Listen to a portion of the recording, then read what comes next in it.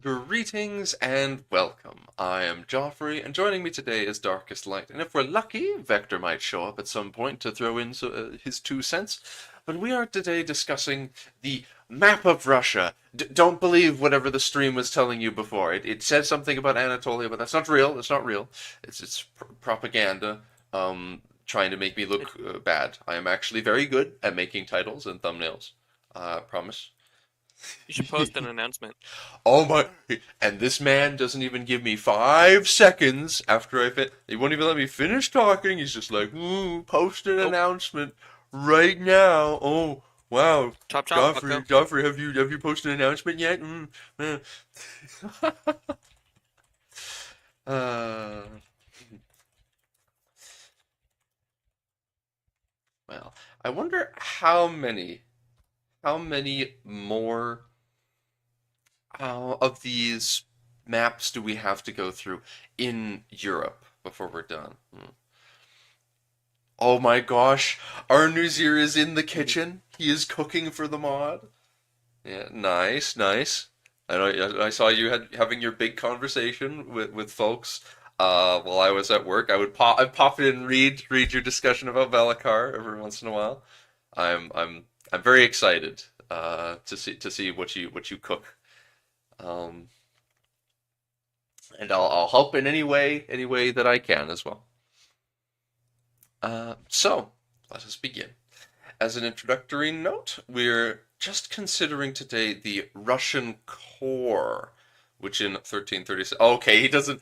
What he means is it's the map of the Russian Not heartland in Siberia. Eastern Europe. We're not going all the way. They haven't done pop minorities and shit for yeah, the Siberian tribes. That's probably a good thing, yeah. I mean, they're the most critical things to get done. Of course. We need that. We need that. Um, I mean, I am curious to see what that area will look like. Because I'm curious to see what everywhere on the map will look like. But I want to see that Ukrainian culture. I gotta Ukrainify Russia in this timeline. That's and then I gotta play through some northern state in Germany and make everyone Saxon, make both sides of my family proud. Gotta see them hordes. Oi! Oi, hello there! Legende! Nice to see you! Oi, hello there! The What is that Russian prince. accent? I don't know. What do you think it is? Degenerate? Good. It's how my ex talked. Won't tell you which one. I've had too many. I'm not ordering them for you.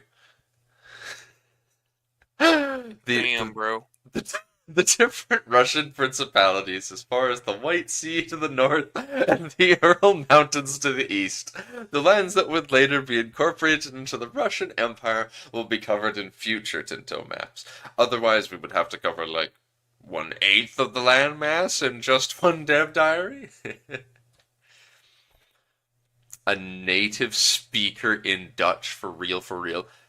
Legende. Yes. Netherlands. Yes. I'll have you know, Valar, you should be happy because the Dutch are the only culture in the HRE that I'm not going through the process of wiping off the map. So, um, be thankful. Um, I might have to before the end of EU4 unaccept them though, so that I'm able to assimilate them in Vicky though. So watch out. But for now, they're good. The orange boys are around. So before I actually stare at that for ages, I'll read what there is to be said. Russia is divided into several principalities in 1337. The dominant one is Muscovy, as its grand prince, Ivan the First Danilovich Kalita Moneybag. Moneybag? He has the nickname Moneybag? Dear God. Yep. I wonder He's, what that could reference. huh. Weird. He is also Prince of Nizhny Novgorod and Kostroma. And of Novgorod by election? Excuse me? Mhm. Holy fuck. He's in charge of everything! Yes. The ruler enforcing the Tatar yoke over other Russian principalities, which in our game is represented through an international organization. The coloring of the different countries is in different tones of yellow, as there are different tributaries of the yoke. The other main power in the region is the Grand Republic of Novgorod, with a completely different institutional structure that allows them to pick their rulers. Their power comes from being the main trading power between the Baltic Sea and the Russian region. And it's the overlord of two border countries, the Principality of Pskov and the County of Oreshek. A buffer country in Karelia, as agreed with Sweden after a recent war. Several lands to the north and east are not owned by any country. As a final note, you may also see that Lithuania is the overlord of some principalities, some of them directly through Gediminid rulers, Polotsk or Vitebsk, while other Rurikovich rulers are in Smolensk and Rzhev. Rzhev, Smolensk, Rzhev.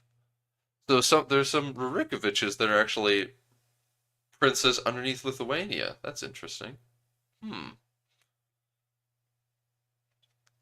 Like how they didn't even bother to map Finland yet.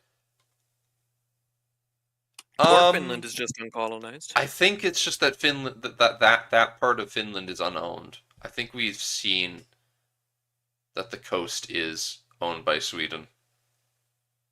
I mean, yeah, you could clearly see Sweden in that picture. We can, in fact, see some of Sweden there. I believe in the Baltic proper video we discussed when we were discussing it. You could see that the coast in general is owned by Sweden. Yeah, I have no idea what. That's crazy. That somehow does that mean that there's a union between Novgorod, Rostov and Nizhny Novgorod and Muscovy. That's what that sounds like, at least. Gosh, Muscovy's not actually as large as I thought it was. I thought more of this land was de facto Muscovy, but it's more of a 1444 thing when they get that big. They're just supposed. They're like, they're the most powerful, I guess. Like, jeez. Well, they're PU with Nizhny Novgorod. They're not. Nizhny Novgorod isn't even. They're not even under the Tatar yoke. Interestingly, they're not yellow.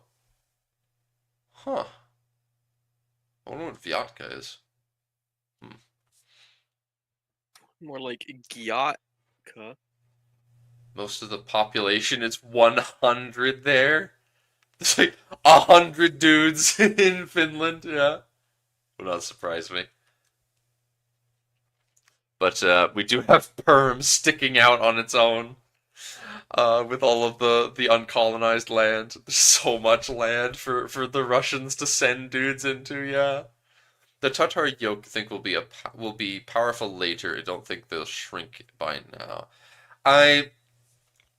I'm willing to bet that yeah, Muscovy being the de facto ruler of the Tatar yoke is probably something that once the steppe nomad boys start to crumble a bit, Muscovy will be able to make use of that status of theirs as leader of this tribute collecting system to start to integrate the other princes more, perhaps.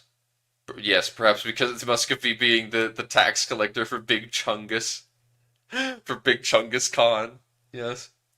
Chungus Khan. I'll have to save that for some brain rot. Next time I see Genghis Khan. He's now Chungus Khan. And Novgorod ain't gonna be getting eaten by Denmark in the first second of EU5, that's for sure. Novgorod's gonna be a proper force to be feared, I imagine. They could go toe to toe with a lot of the powers around them, for sure, I imagine. Hmm.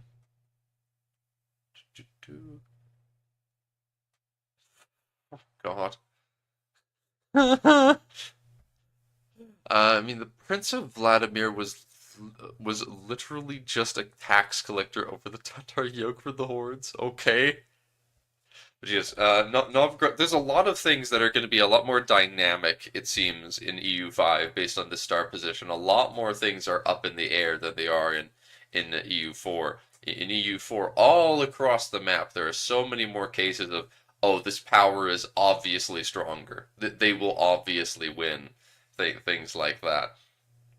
But there's a lot more cases where it's a little more uncertain. Mind you, France is just as busted as always. That's not different. But here in Eastern Europe is a great example of that, where I'm rather curious to see how the Tatars actually falling apart is going to function, and how easy it would be to hold things together as them. I imagine that they would be a very interesting country to play because you probably got a rather large population a lot across a very large amount of land with various different cultures and faiths, and your tech ain't going to be that great. So trying to fix all of that sounds very interesting to me. But also Novgorod, like having a very obvious path to becoming a republic Russia. Merchant Republic Russia sounds very neat. Just wait until you see the populations. I'm excited to, yes. Um, What I are your don't know. predictions on population?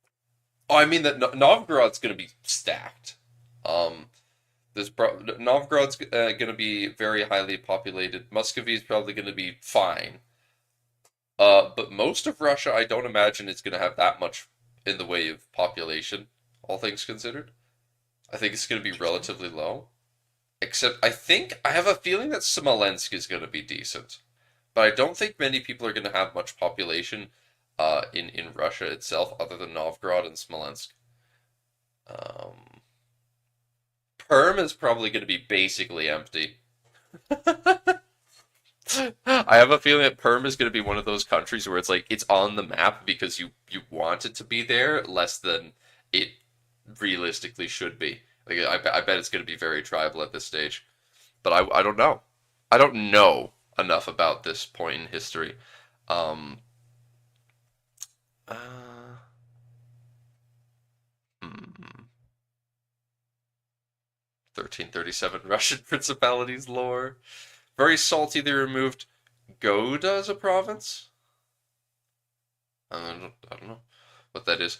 Um, the Khan at the time, shortly after the standoff, got assassinated by the Sibir Khanate. Oh, and they just fell apart.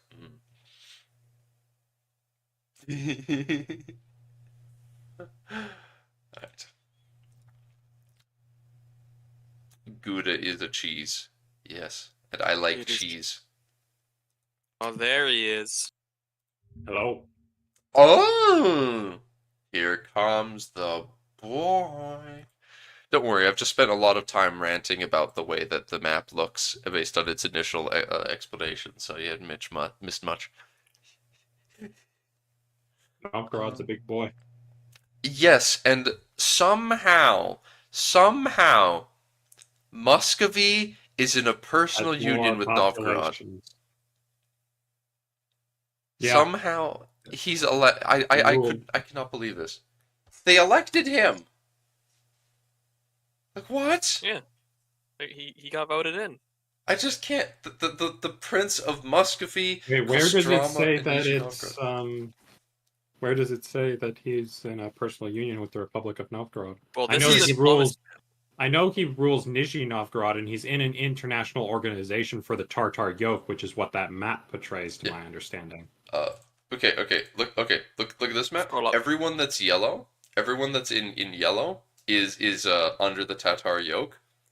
So interestingly enough, he has two personal unions with Kostroma and Nizhny Novgorod. He's the prince of those three: Muscovy, Kostroma, and Nizhny Novgorod. However, up here, uh, Danilovich Kalicha Moneybags is also prince of Nizhny Novgorod and Kostroma, and of Novgorod by election in this case. Show him the text. And that is why I just looked at it, yeah. And that is why in this map mode here, he's got a PU with all of them. Weird. That's going to be funky though, because Novgorod's PU will break upon the next election. No, you must continue. You must continue the to re-elect the same man. The Grand Republic of Novgorod shall be reorganized into the first Russian Empire. Yes. For a safe and secure society.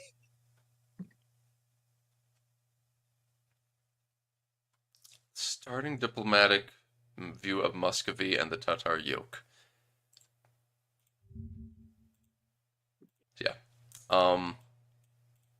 Muscovy's diplomatic relations and the Tatar yoke itself. So, yeah, none of the PUs of Russia are in the Tatar yoke interestingly, and I wonder if that changes. But I imagine that there's a way that Muscovy is going to be making use of their position as tax collector for the Tatars to integrate these other princes over time as they get independence. I will be very curious to see if that's a thing. But yes, it is an international organization, and that's going to be curious. Maybe I doubt they'll explain too much more about that though in this. Looking it up, and you can't find anything about the Prince of Moscow being Lord of Novgorod as well. Not Lord. My comment following that is a link to the Wikipedia article. It explains it. You did not post a link. I did not see. And it's in the voice chat. I mean, not voice chat, in the stream chat. I don't see a link there. Do you, Dark? I just see here for some stuff on it. Yeah. And then there's no link. Oh, it literally is not showing it. Okay, that's funky as hell. YouTube doesn't let you posting links. It's probably because you're not moderated, so it doesn't let people. Yeah, so it says no links for you. Well, here, I'll post it in the voice chat. Yeah, and then I can post it.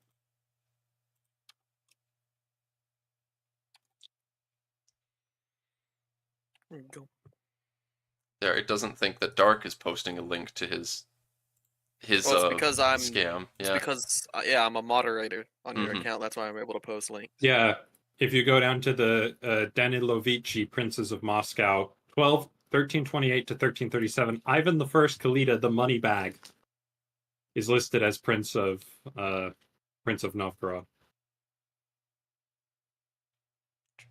This is interesting. Literally, all of these are foreign rulers. Did Novgorod literally just not elect a single person from its own stuff? That is funky as hell. Although that means that he dies around this same year.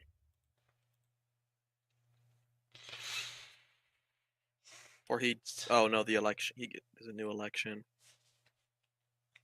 So that means this is the end of his reign of Novgorod this year. Nope. They need to re-elect him and reorganize it into the first Russian Empire. They need to. If that's has a chance of happening, that would be insane.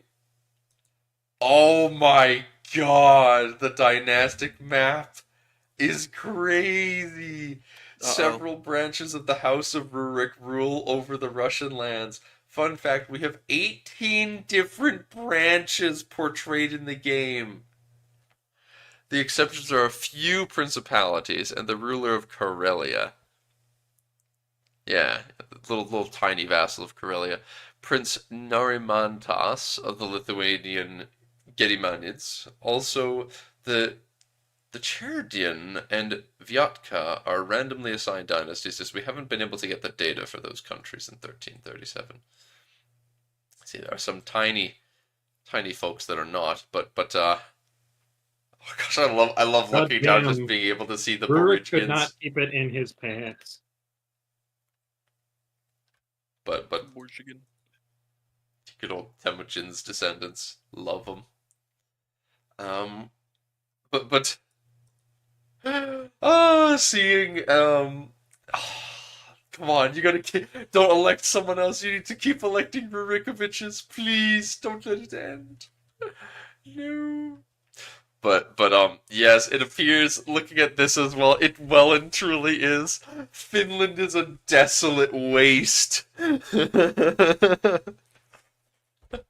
The desolate There's waste even a of Finland. question in the comments basically asking about why is Finland like this? Can we play as Finland, or is Finland doomed to just be, traded between Swedes and Russians? So As is rightful for the Finns. They deserve nothing more. This is more than they deserve. Being not being wasteland is an honor. Just like Alberta. All 3 counties of it.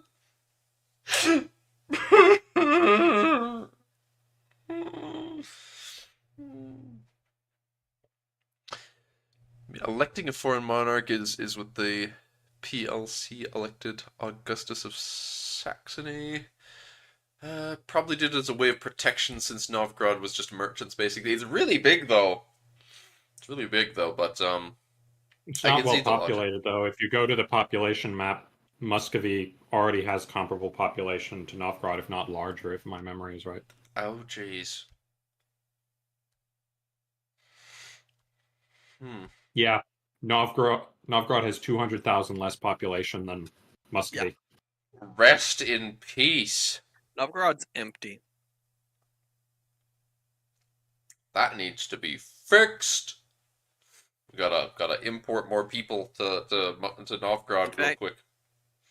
Can I import Swedes and return to my roots as Novgorod Yes. and rename myself Holmgade? Yes, please. In fact, Need more Novgorod's only the 4th most populous Russian state. No. Oh God. All right. Correct. Nizhny Novgorod is more populous than Moscow, than the one to the south of Moscow, and then Novgorod. I'm gonna be very curious to Ryazan, see Muscovy, and Nizhny Novgorod have more people. I'm gonna be very curious to see the actual dynasty map of the Rurik family. See that there's 18 different branches. I want to see how jumbled up and disgusting that looks. And remember, somehow they still managed to fuck it all up. That's how we get the Romanovs. I suppose so. Oh yeah, because Ivan, killed his son. Showing a less detailed region this week. Well, Russia's big. Feel free to have more detailed screenshots of specific areas. It's a big field. You can't expect much else when you're talking about what the map of Russia is going to look like in regards to its locations. It's a big old field. Like things are a little more interesting, relatively speaking, in the more in the uncolonized reaches, where you get some snaky pathways connecting along the coast. Oh God, why can't this connect? Why does this up here have to be like, oh yeah, it goes around in here and then out there, but it doesn't even connect on the coast. Because Historical weirdness and geography, probably. Interestingly though, the interior of Finland is actually half decently dense in regards to locations. It's just that there's no finished state. Of pops. Yeah. Oh God.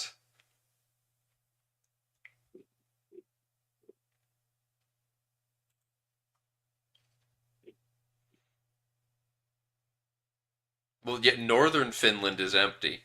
Northern Finland is as you're saying that's only southern Finland. Yet northern Finland is literally not playable. You can't live there. Ah.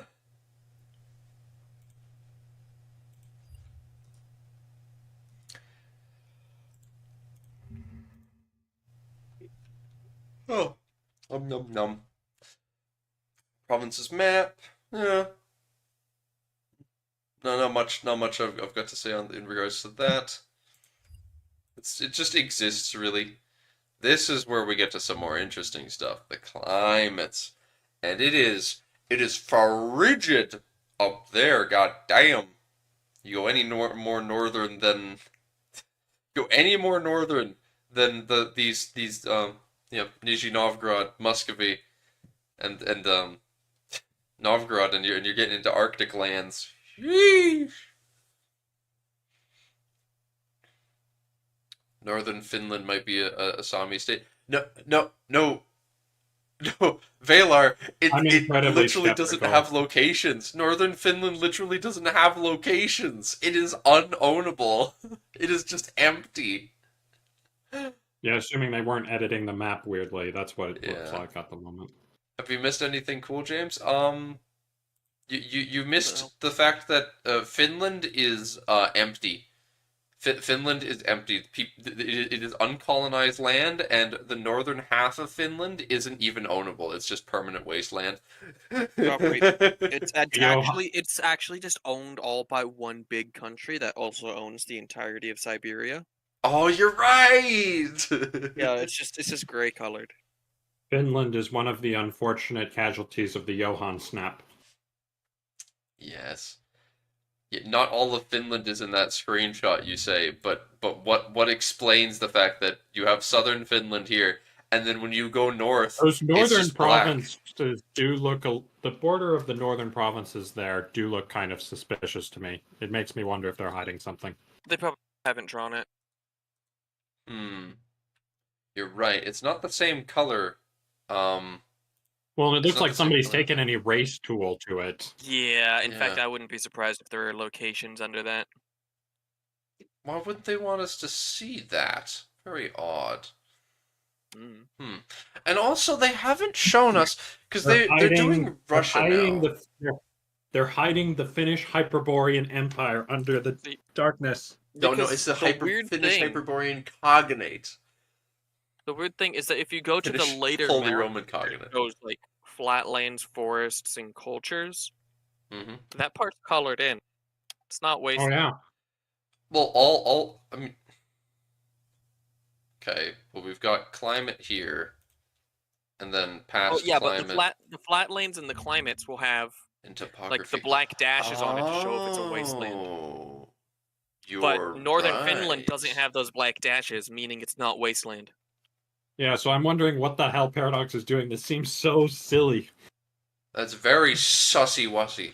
Why are they trying perhaps to hide the locations of northern Finland? Are they perhaps going to do a Scandinavia proper Tinto map? Where they show the rest of it? absolutely. Probably. That would make sense. Absolutely. Because they showed us Sweden to a degree already, but I would not be surprised if they then wanted to show us the rest of it. Then we could see that because we know that Sami shamanism is on the map as a religion. So, perhaps there's something interesting going on in northern Finland as well. Yes, well, I suppose perhaps we're wrong. Yeah, James, it seems that northern Finland has not been Thanos snapped. It's just it's under the dark curtain that Johan has laid across the land.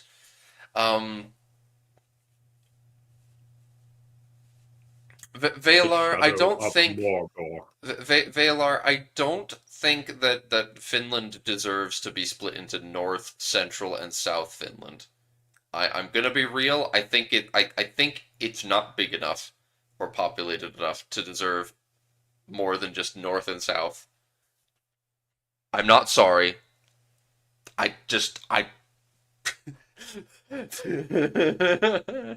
I don't think there's going to be anything significantly different about central Finland from north and south. I think it's all just going to be unowned at game start. Maybe the north is going to have some Sami owning it as a proper state, but I kind of doubt it because I think the Sami, any such Sami state, is going to be relegated to northern Sweden, specifically based on where that religious map mode originally showed us. But there's not much to be said about the topography or the climate maps, unsurprisingly, because continental climate, and then it's just Arctic, like Finland. That's why no one lives there. Trash, useless. So, and then it's what is Russia? It's flat with some hills. Then you get the Urals behind my skull. There's the Urals, which are hills apparently. It's a little weird, but perhaps no, I don't know. Why are the Urals just hills? This is weird. But Hill. Yeah, there's a comment farther down about that, and they said they'll look into it. to look into it. This is just weird, man. Wow. That's a lot of forest. Vegetation. Yeah. Holy fuck. This is dense tree. All of the Arctic part of the map is just boreal forest. Just a dense ass tree. And then you just have like Novgorod, I assume. You get Novgorod, Pskov, and Ryazan, perhaps that is, and Moscow, Muscovy, that are farmlands. It is very weird to still look at the map and see places where you've got like Novgorod, just surrounded by woods, but it's just a farmland. It's like that is so weird, man. That is weird. Check what I sent you. What are you gonna send me, Valar? That you will not be earning any more respect from me. What is that part? The far that up north, that in that corner. I guess you could call that north and then split the center part off, but I wouldn't. I wouldn't do that. Not in a time period when the entire thing is going to be unowned.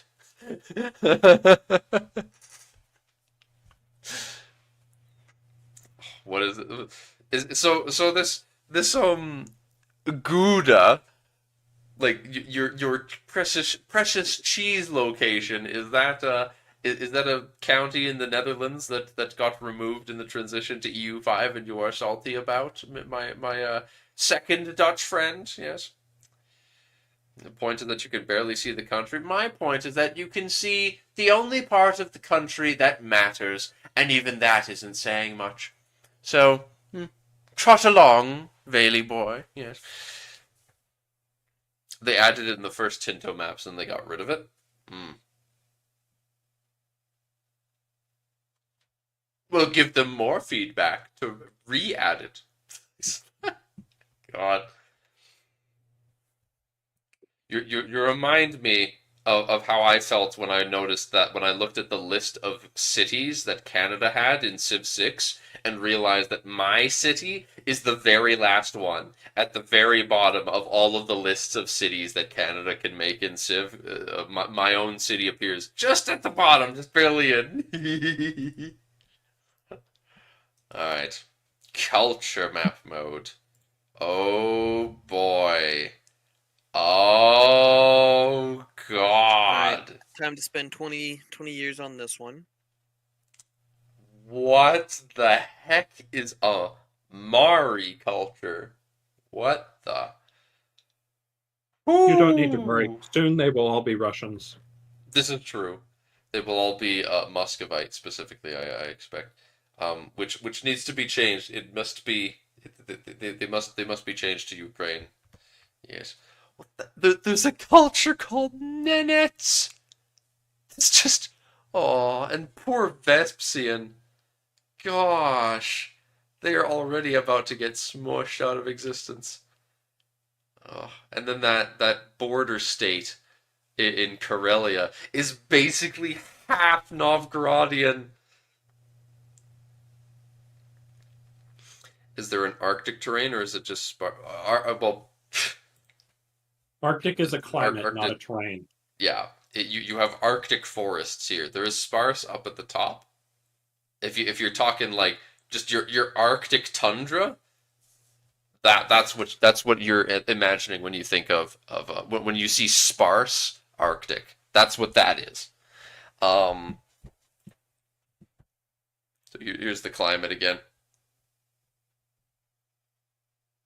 I believe we've seen it. Isn't Ruthenian culture a thing? That's Ukrainian, essentially. Culture. Yes. And it's pretty damn big. It encompasses both Ukraine and Belarus, essentially. No Ukrainians or of the likes. What the heck do you think Ruthenian is, Billigende? I will have you know, before the Tatars came in, Kiev was the center of Russian power. It was center of the Rus, the Kievan Rus. I will have you know.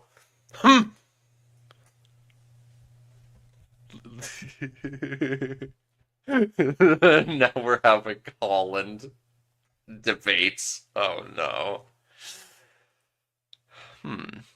So, Perm is split between two cultures.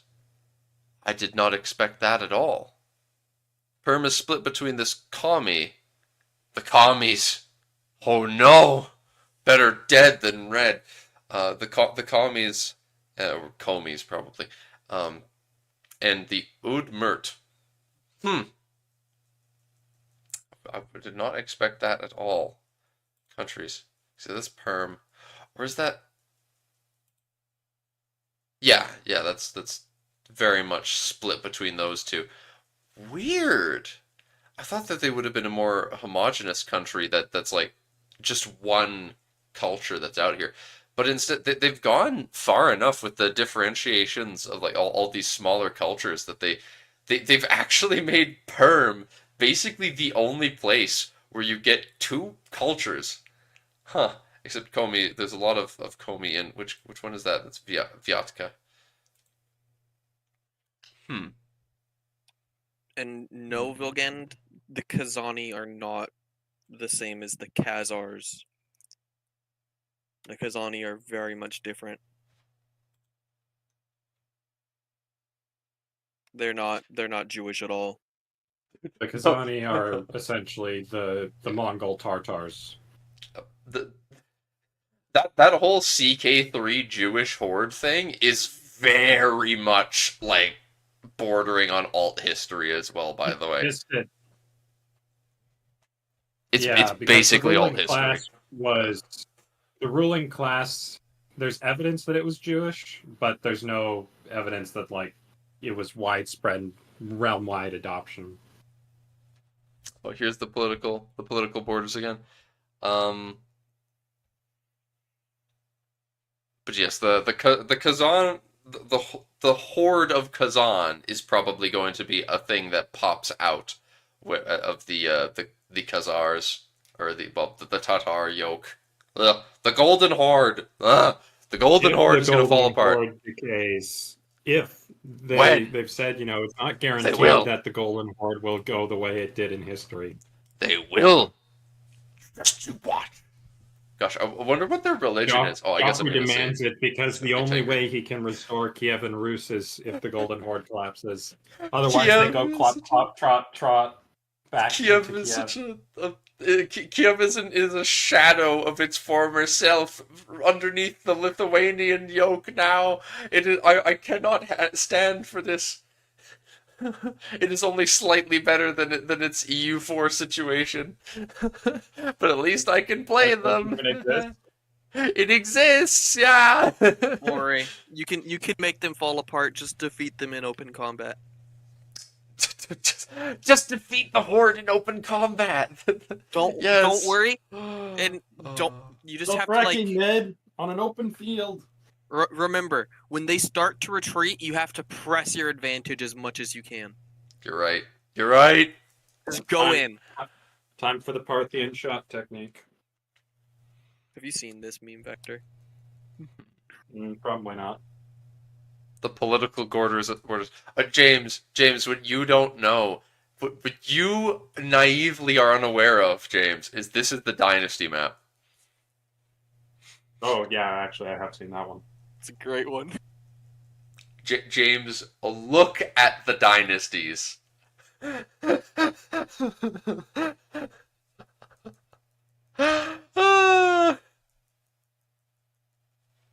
Golden Horde's not Yeah, even that honestly, strong, guys. They're just horse lovers. Yeah.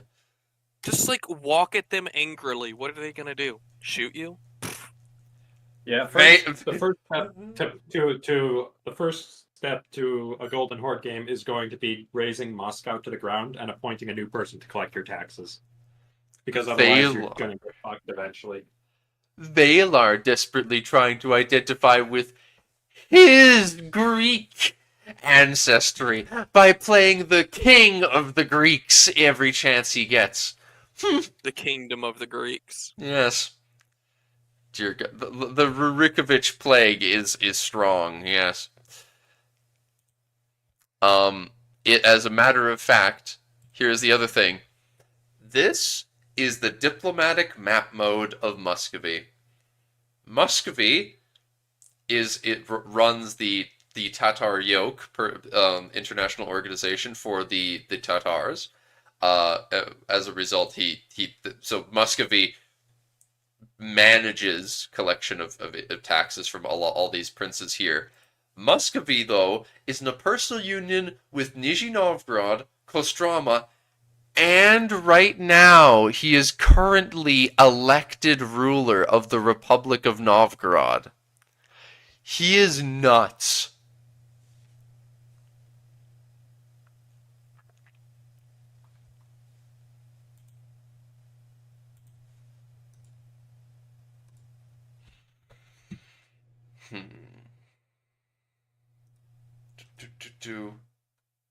I suppose there's as awesome as the culture map mode is, I don't have much more to be saying about it other than it's really cool, and I love how I love how many different cultures there are here to be looking at for now until they all get absorbed into Russian, of course. Or actually, what do you think's the primary culture of the Golden Horde? Do you think it would be Kazani? Or do you think it would be Mongol? That like Mongol is still is like the primary, like their ruling caste. That's an interesting question. I honestly don't know. Because if they're probably either doing the Golden Horde is ruled by Mongols, or they're doing it with they're Kazani. Because I doubt there would be I don't think they would pick any other culture to be their main one.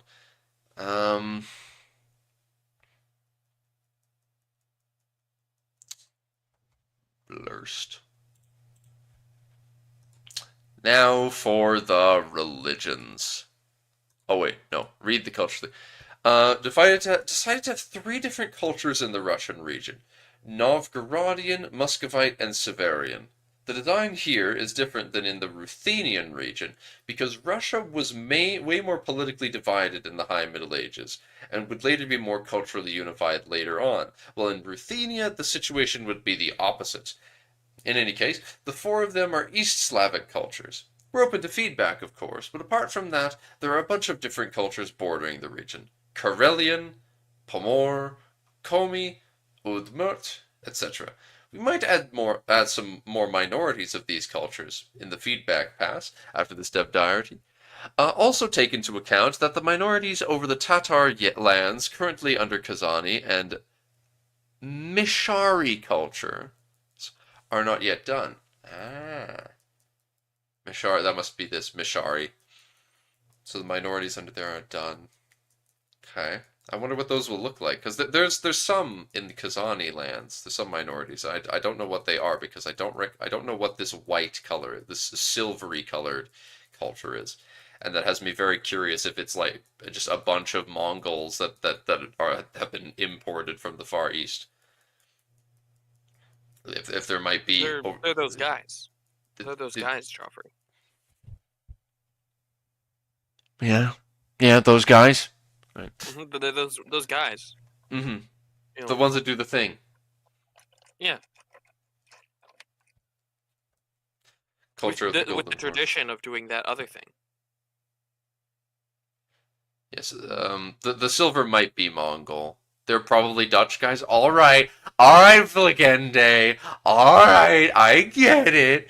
I get it. Are you okay? Okay, are you Frisian or are you a Dutch? Which is the question, though. Are you Frisian or Dutch? Are you a Frisian freedom enjoyer or are you a cringe Holland main?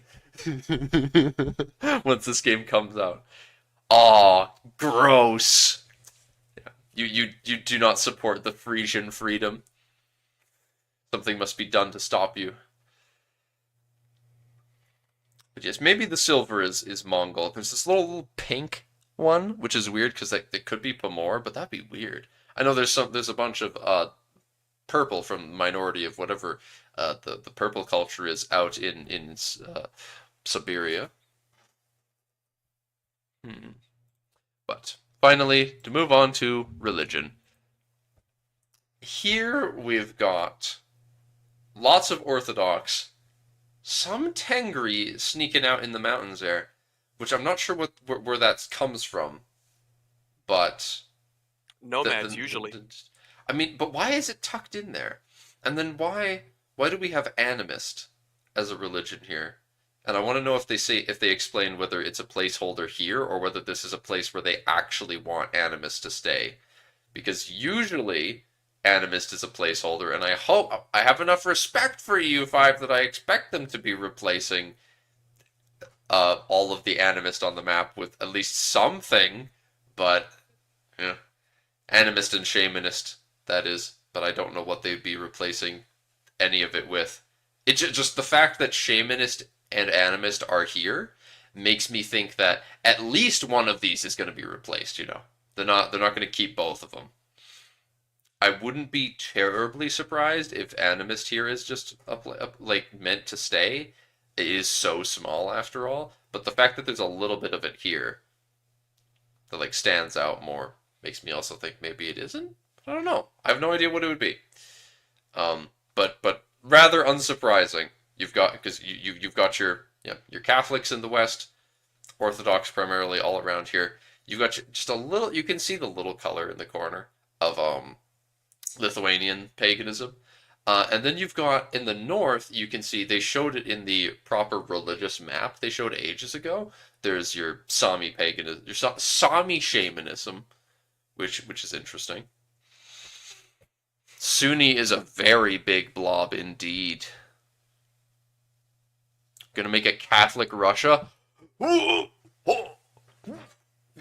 pardon me, I just...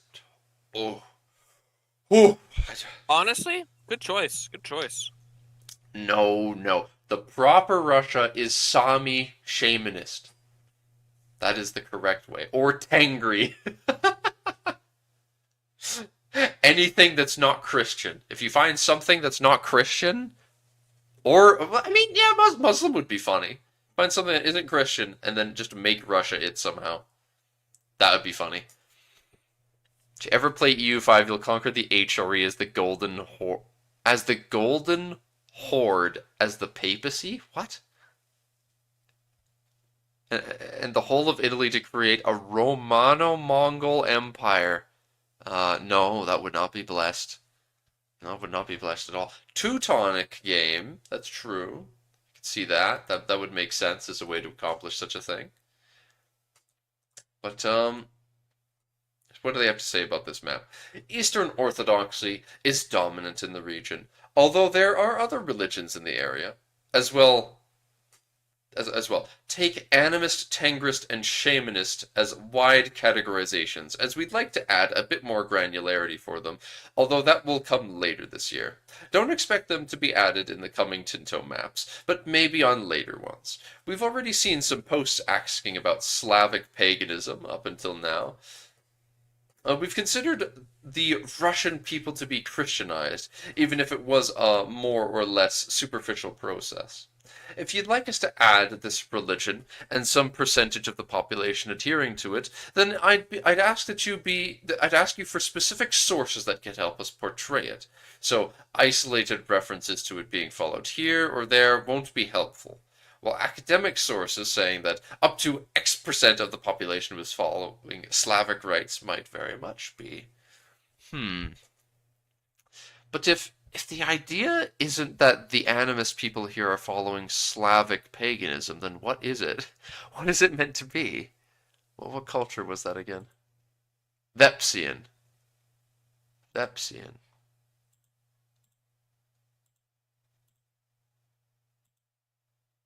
Then Tengri is kind of just all over it's a lots of Tengri Novgorod culture, interestingly enough. Huh. But in any case, Dutch paganism. Yes, of course, the most important one. The most important religion, Dutch paganism.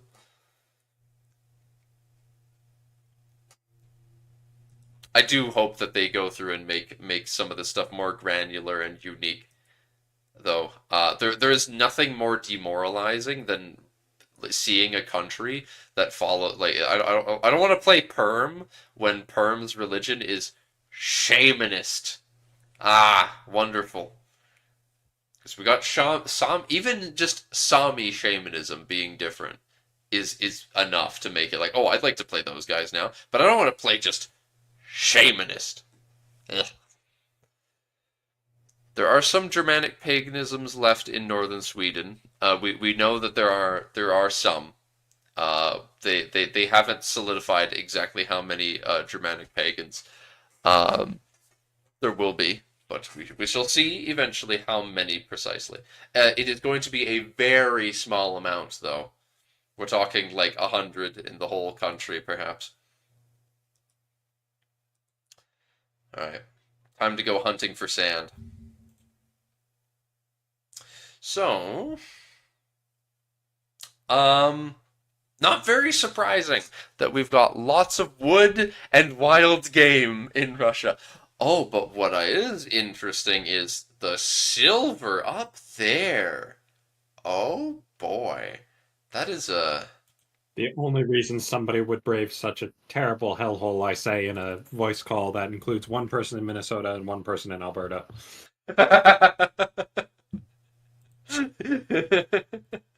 Yeah, it's such a truly terrible landscape. I would never know what it's like to be in a region like that. Yeah, what idiot would live in that type of climate? Pshaw.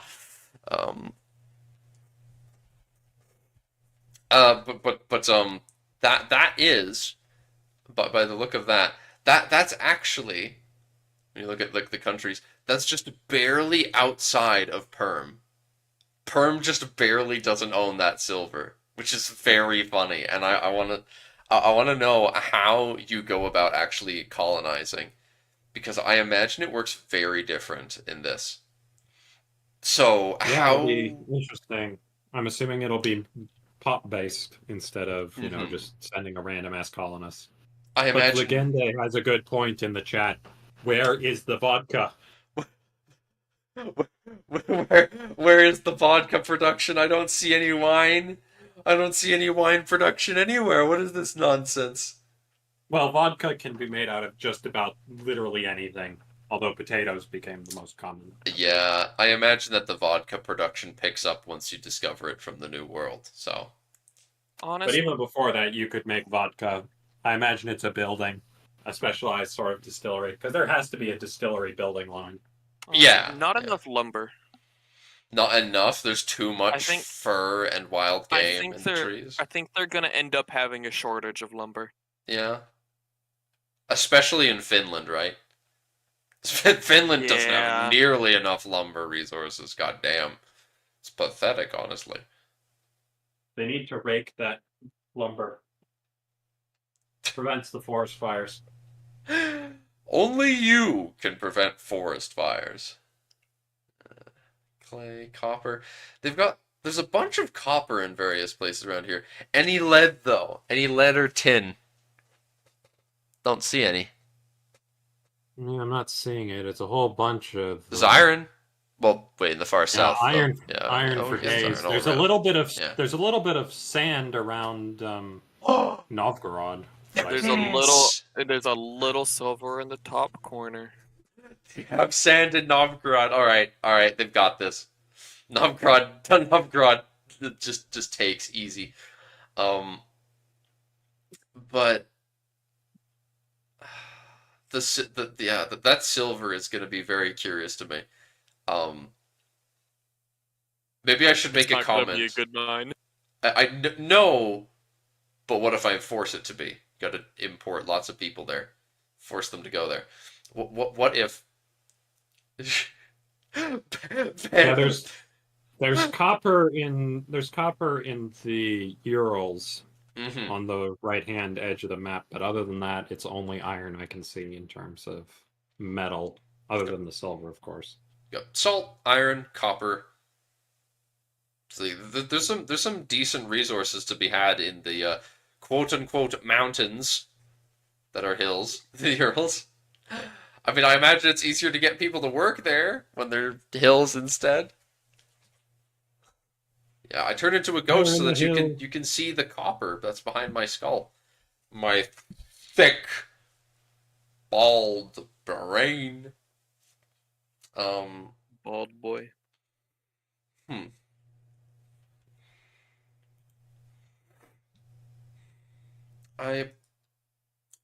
There is not. Well, the iron is probably going to be very good. All things considered, the iron and copper access in this region, that's probably going to be very handy. And the fact that you could probably choose to just produce an astronomical amount of wood is also probably very good. And I imagine that there's probably going to be something later on to do with demand for fur because of the felt hats, you know? So this is probably a half decent region. The wild game, maybe that's going to be, I don't know how valuable they're going to make wild game is the thing. Because that's meat. Is meat a more valuable food than wheat? It sure, I would imagine it to be considered one. Meat is historically a more expensive and valuable good than grain. Grain is the everyman's food. Mm-hmm. Peasants, royalty are the often, ones who are eating on mutton every night. Peasants would most often have meat when things were bad, because if the harvest was bad, then you would be forced to slaughter your herd, and that was not a good thing to have to do. But if it's either that or starve, it's what you have to do. The fact that there's not much wheat around here. Like there's a lot more wheat in Ruthenia, but up here is lots of wild game. In regards to places where you have food. In fact, which one is Muscovy? Which one? Which? Topography? No. Vegetation. Oh, Muscovy itself has wheat. I see. And there's livestock, interestingly enough, in Novgorod. Huh. Well, the proper city. This makes me again very curious about how like changing resources will work. I don't. I don't know if that's how much that's gonna be a factor in the game, but they've talked about stuff like potatoes being discovered. It's like I want to know how do you like do you start producing starch crops? Does Russia start just being like, oh, you get the raw resource starch crops, and it's just everywhere? All the wheat goes away. They've got fiber crops, tuber crops. I guess would be another one. Also, I did just notice there's some tin up there. Where's the tin? There's tin in Karelia. Oh yeah, around the lake. Just north of Novgorod's de facto land. But we know the first priority target to colonize, so we can make more fake silver products to sell. Yes, further east into north of Arkhangelsk. We're Oh. going. There's copper in Pskov, so you've got your bronze in Novgorod. Wow. But I know for I want to know. I really want to know how colonization works, so that I can see whether it is just a case of can I just start sending people? Like, are there different levels of it? Is it more complicated for you to start shipping people overseas to colonize? And can I just as perm? I imagine it's going to an extent rely on migration attraction. Like, so you still will have a colonist attracting colonial colonists, but it will pull actual pops Okay, from places that have migration pressures. that would not be That's my gut surprising. instinct at this point, because I expect it to be pretty inspired by Imperator's colonial system, which is similar, but in that one, it would literally just be move the pops around manually. Yes. And I feel like that's a level of state control only the most autocratic of governments will have in this one. I highly doubt that it's going to be a case of like in Imperator, Perm can just be like, "Ooh, I want that silver." So day one, I'm going to move a bunch of people from this part of the country, and then I'm going to move them from the border into the silver so that I can colonize it, and then I get a bunch of lower class pops into that region so that I can um, so that I can produce more silver. Wow. Um, but I would not be surprised as well if it is not. I would not be surprised at all if it's something you can do at Game Start, where you can start to move into uncolonized land like that. But I just don't know. I'll be very curious. But I really really hope that it is not something that A is tied to tech and B is not tied to something like a national idea. Those are things I'm keen on. I like the concept of how Vicky handles stuff like that in regards to your institution and laws. So I think it would be interesting if it was something that was related to your migration laws, perhaps, and maybe there's something else there. But they showed us laws, and we didn't see something to do with that. So I don't know, but I'm curious. You hope they fix unrealistic colonization and the stupid quickness of it. Yeah, I really, as Vector is saying there, yeah, that's the biggest thing for me with the new model. I am very keen on it not just being something where, oh, you get plus these bonuses. It's so stupid. Like, oh, Portuguese colonial growth. You get this plus 80 or whatever per month buff, and the colony just finishes once it reaches 100 population, because that or 1,000 population, because that's just how that works. It's just Also, finished. my God, I hope we can negotiate colonial treaties where both countries will agree to acknowledge the other's claim to a region, so we don't get the god awful border gore in the colonies. Like with Yeah. Victory. Yeah, Well, even Vic, and not Vic 2, even EU4, if people convert away from Catholicism, it becomes a free-for-all, and suddenly you have 4 different countries colonizing the American seaboard. And they all look ugly. None of them really amount to anything unless one colonial person ends up stomping on the others. And it just drives me bonkers. This is why it's so much better with players. that is what happened Oh. historically, mind you, Vector. Not yeah, to really. be fair, the Dutch and the Swedes did sort of just plant down on the east, and The then Dutch, the English just Swedes, ate and the them. Danish all did a little bit, but it never amounted to much of note. They didn't spawn colonial nations. Like, I get the argument, but Spanish were in Florida, French were in Quebec, the Dutch were in well, the Dutch, New the York. the Swedes and such. Yep, the Dutch had New York and such. New Amsterdam. But yeah, I'm hoping that it's more elegant than the Treaty of Tordesillas currently is in EU4, which is like a universal thing, and it implies that every Catholic country is considered a signatory for it, which I suppose makes sense because the Pope's like, hey, I said this, you have to follow it, which doesn't really check out in terms of actual international diplomacy, but from a religious lens, I suppose. It could be that the Treaty of Tordesillas could be something that is affected by the Catholic Church International Organization. Yeah, perhaps. But yeah, my hope is you can actually draw treaties between, like England and Spain can actually negotiate, hey, these are our regions. We can't colonize in each other's regions. That sort of thing. Or at least not without a heavy malice. Serious question, how hard do you think it would be to restore the Kievan Rus in EU5? Much easier than 4, but very difficult because of populations. You have a big Lithuania, you have a big Golden Horde, it's going to be tough. Yeah, it's not going to be as hard as 4, where you literally had to pop out Kiev, play as them, and essentially, be like the chest burster monster, consuming and killing as you emerge. And that was a very uphill game. You could in this game, you could play as Kiev, which has a halfway decent population, despite what's happened to it. Not great though, but Kiev's a good location by the looks of it.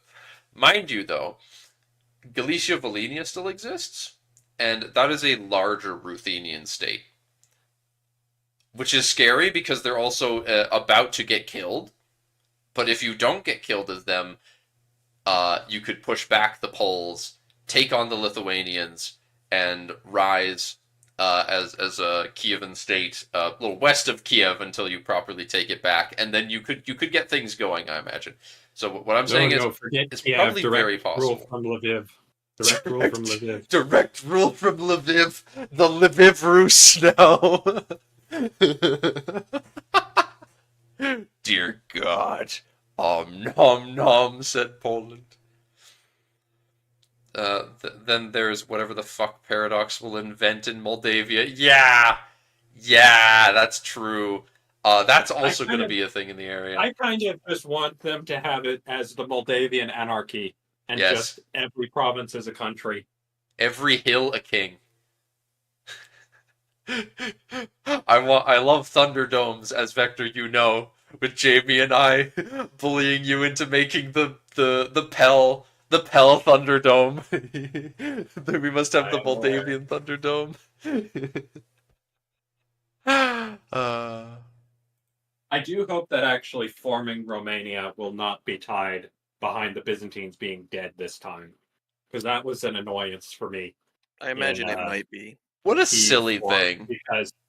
Because you're claiming the name of Rome, I guess I can kind of see the argument, but it was a massive pain in the ass because the most efficient way of doing it is to kneecap the Turks as early as possible, which means the Byzantines have the highest chance of surviving. And it just gets annoying. Quite different resources to other regions previously shown, with plenty of lumber, fur, and wild game in this region. I've also extended a bit of the screenshot to the east so you can see mineral richness of the Ural Mountains, with plenty of locations with copper, iron, gold, and lead? Gold? I don't see gold nor lead. Gold? Where's them gold in them hills? What's he playing? I don't see no gold. In them there hills. It is hills. The Ural Mountains. The mineral richness of the Ural Mountains. Yeah. Making it quite juicy to colonize. Colonize! Colonize! But how? Mineral richness. Salt. He says gold. Salt. Unless that's behind my head. Unless that's gold behind my head. It's a little yellow. Looks like it's wheat to me, but yeah, it looks like the same color as wheat. Unless it's in Arctic topography, Arctic climate. I mean, it's all Arctic climate, so there's no way it could be wheat, though. Yeah. But there's wheat up here in Arctic climates. Well, fuck me if I understand. I thought I understood how permafrost works, but I guess I don't.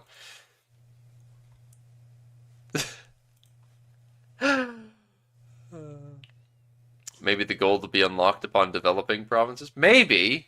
Maybe someone will say something about the subject in the comments. Markets. Oh, Novgorod, Moscow, Kazan. What a surprise! All of the markets. I'm honestly quite surprised that this. Well, maybe it's to the south, but I'm quite surprised that Sarai isn't the major market in the Golden Horde. True. But maybe it's that one to the south you can kind of see southwest of Kazan, southeast of Kazan. There's 3 Golden Horde markets at least, so yeah. Because it's so terrible. The market access is horrible. Absolutely dreadful. Like it is zero surprise to me that the markets are so north south like this, because it's just a case of markets in the actual like livable southern regions stretching up north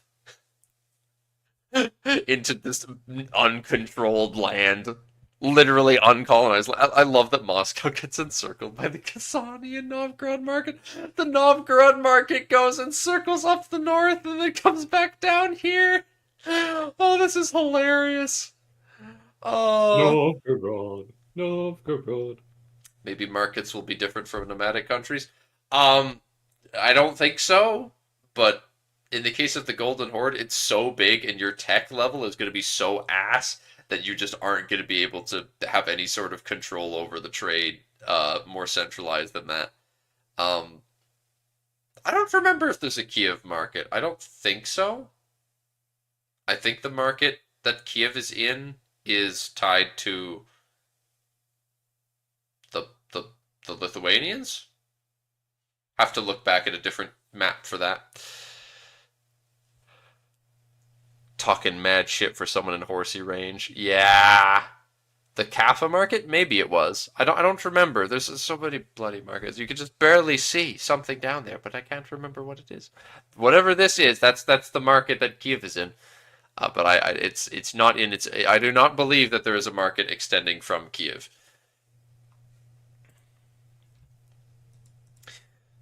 The counter to the richness of the natural resources of the region is its integration into different markets, which at the start of the game are centered around Novgorod, Moscow, and Kazan.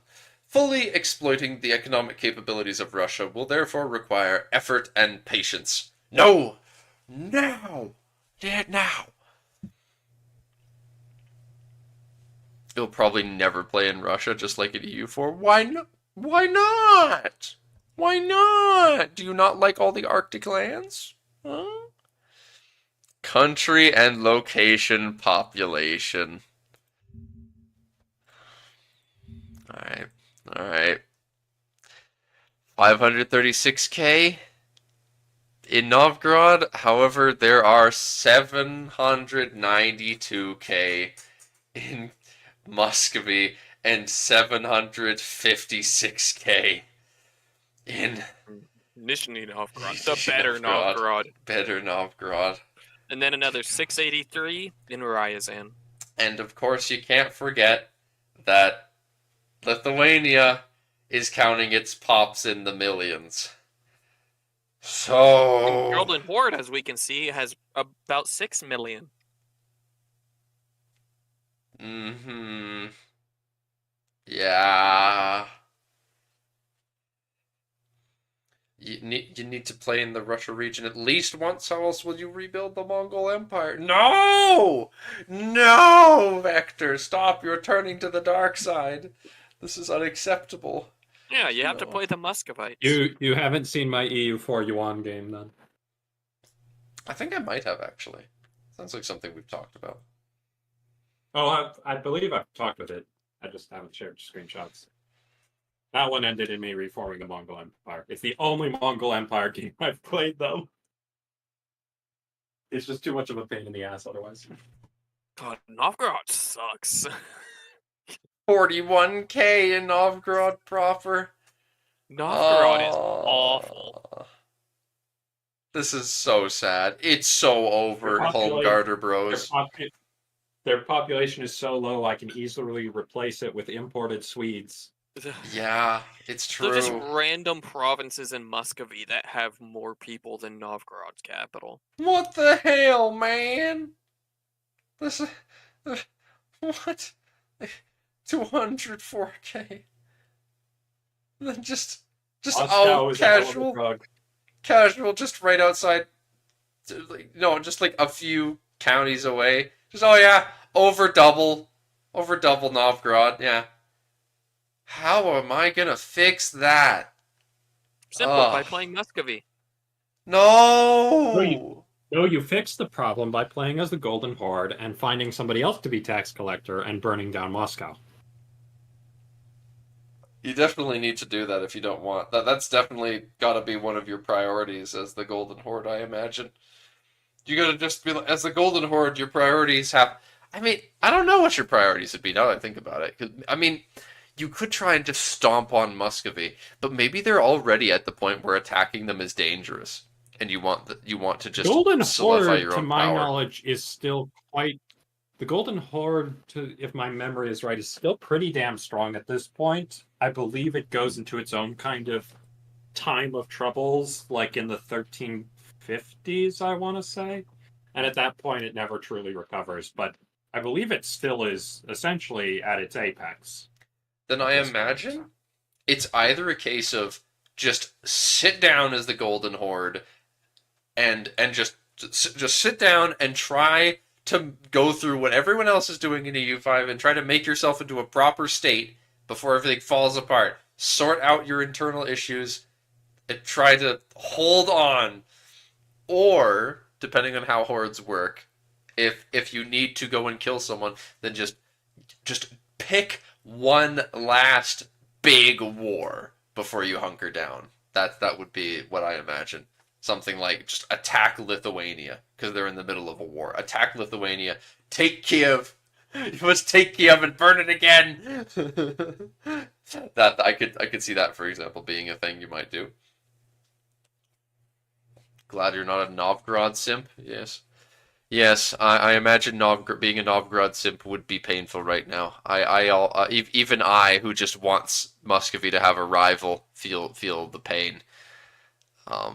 If migrations are a thing, you're gonna migrate to Italy as the Golden Horde. There's no. I don't think you're gonna be migrating there, but you could conquer it and then try to get lots of your pops to migrate there to like overwhelm the local Italians. That's probably feasible, if rather difficult. Golden Horde won't recover after Timur. Ah, I see. I see. So you got 20 some years. You got 20 some years before imminent doom. To my knowledge, went peak period, time of internal troubles, and then Timur rocks up and fucks it up. All right, all right. Also, the Black Death is on its way, so. Russia wasn't hit that badly. Yeah, just isolate the tribes. I can see that working. I mean, but, if you're like the only people around for like 5 miles, you stand a pretty good shot of not getting infected and dying horribly. Yeah, just tell people that just hang out. Just hang out in your own tribal units for a bit. Look at Finland, please, at the pop. I don't think they're showing it. They do. Oh, they do? Next screenshot. What is this? I can't even tell what I'm looking at here. Oh, this is like perm. Okay. Yeah. 670. Woo! It always amuses me when we have provinces with literally less than 1,000 people in them. Oh Lord, and you can see Finland. Oh no! Oh no! Finns? What are Finns? Finns are a myth. Dear God! Oh my God! Even casual conversion rates, even like the shittiest of religious and cultural conversion rates, are gonna convert that shit so fast. Convert 10 a month? Huh, good, you'll be done in less than a year. Yeah, Huh? True. If you're colonizing that as Sweden, as long as the only people you're sending in are Swedes, so that they're the only people you have to convert are the Finns and Karelians, you'll be done so fast.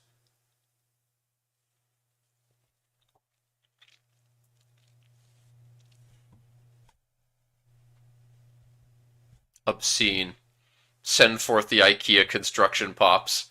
Yes, we must construct additional pylons with the IKEA boys.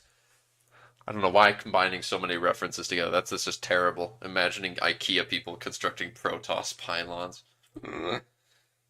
They'd probably be much simplified.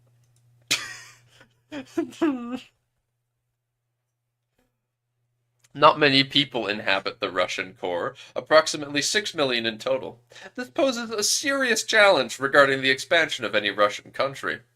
Also, we've divided the 4 different maps of the location and population of the region to make it possible to visualize. A side note, you might note that the population of northwestern Novgorod, and Karelia is calculated a bit differently. That's because Johann took care of drawing the Scandinavian map in an early stage of development, and the content design team took over the rest of Russia at a later stage, when we had already refined a bit more of our population calculation methods. This means that when we do get feedback, a feedback pass after this Tinto Maps in a few weeks, we'll homogenize the style a bit as well. So, okay, that's why northwestern Novgorod and like Finland, Karelia is all like very standardized measurements of people. Yeah. And probably not the most accurate figures. I wouldn't be surprised to see it increase at least a little bit. I doubt that we're going to be seeing. Particular. I doubt that Finland is going to consist of so many 100 pop locations. Mind you, some of them are 1K. 100 people, because every time a 101st person is born in that region, they kick them out. We must stay at a perfect 100. The baby must go. Someone dies, quickly grab someone. No, you just kill the oldest person. Don't get rid of the baby. That's fair. Yeah. In this society, the oldest person is always killed. I read a short story about that. Like people having an expiry date. It's like you have an expiry date on life, you've become too old, and they just come kill you. There was something they taught us in school. I believe that's a sci-fi dystopian novel, yeah. And the thing is, the rich people can just buy more time. Oh, I know the movie you're talking about, Vector, but this is different. No, I'm talking about a specific example I was given in Canadian school. It was actually specifically a Canadian farmer. It was a Canadian farmer in eastern Canada, and his farmland had been getting bought up by mining companies, so like half his farm was an open pit mine. And it's him like Vector, being old and sad. The one you're talking about, Vector, is the one where they like sell coffee for 3 minutes. Oh yeah. Yeah, that's where different. The currency is time, yeah. God, what an awful world that would be. 3 minutes? Coffee? Oh god. Yes. You're born with 25 years. When your time runs out, you have a heart attack and die. You can earn time as like pay for work, but you also pay time for goods and services. That's dreadful. It's meant to be dystopian. The rich people live for centuries. Well, thank you for introducing me to this horrifying concept. And now and now we've got exactly in Villegende in chat being surprised that Canada's real. Yes. That what's real? Canada. It's like, what's Canada's real? Yeah, what is that? Yeah. Can't be that important. Time to start a flame about Eastern Slavic cultures 3 seconds before them start to flame. 3, 2, 1, go!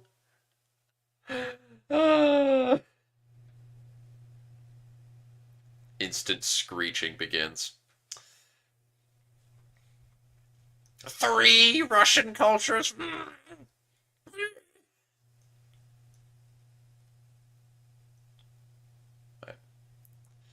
Can we make our own mini HRE?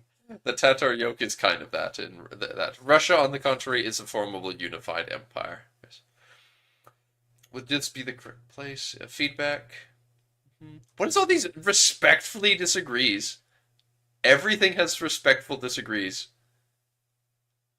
It's like, would this be a good place to give feedback?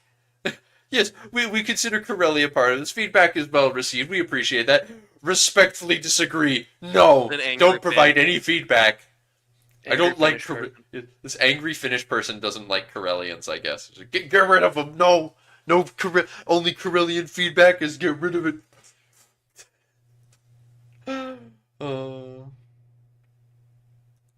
Not bad. Smolensk was a Belarusian. Ruthenian, as it would be in 1307. Speaking city. Yeah. Severian is considered a different culture from Muscovite. Yes, I know. They're just saying that the Belarusians and Ukrainians should be part of the set. Wait, no. It was predecessed. It's a proper predecessor to the Belarusians and Ukrainians. What the heck? What the heck is going on here? Oh. Oh, so this person is saying that Severian just should be Muscovite. Yep, there's the argument. Yeah, and all the yep, we're getting all the people like no, they should all be Muscovite. Oh God.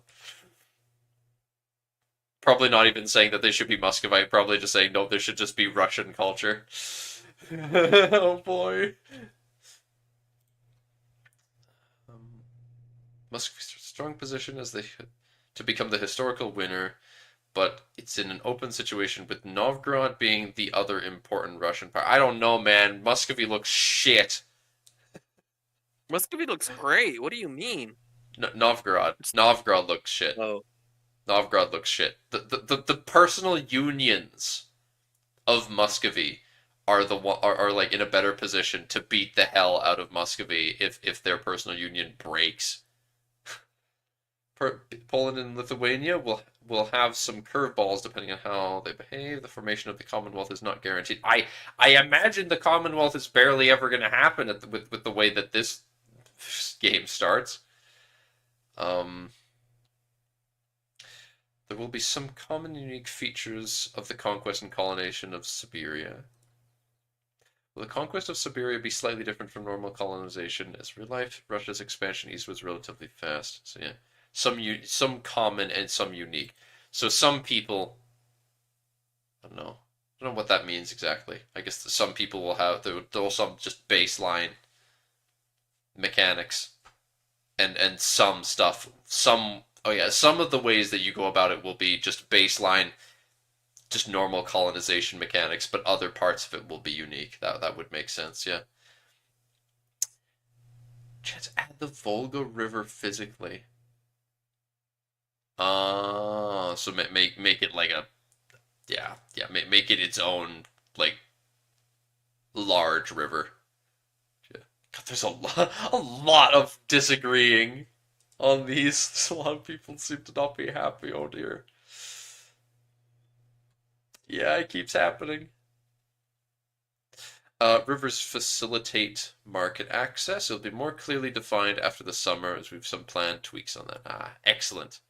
I'm very keen to see how rivers dealing with market access works. I love the idea of picking a spot for a market that's in a strategic position in the middle of a bunch of rivers to be like, yes, this is where I want to build what is going to be my capital city, because it is in the perfect place in this region to have a ton of market access. See plenty of new cultures that couldn't make it into EU4. Yes, it seems shifted eastwards for some reason. I was curious why the Finnic people of the Dvina Basin are shown as Vespian. Check on that. Given yes, links. Always love when people actually provide links for stuff. Yes, good. Surprised how little marshes.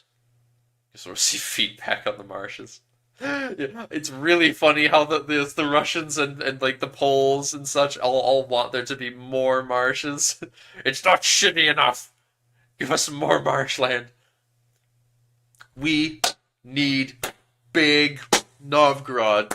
Yes, big Novgorod. It is already big, but the problem is it's not dense. You gotta fix the density part. Convince lots of people to migrate in somehow. Will there be a way to unify Russian, if not East Slavic cultures? Oh God. So, not we stuck with Muscovites living everywhere in Russia. Do it's a mechanic that creates new cultures. We'll talk more about the culture mechanics in a future Tinto maps.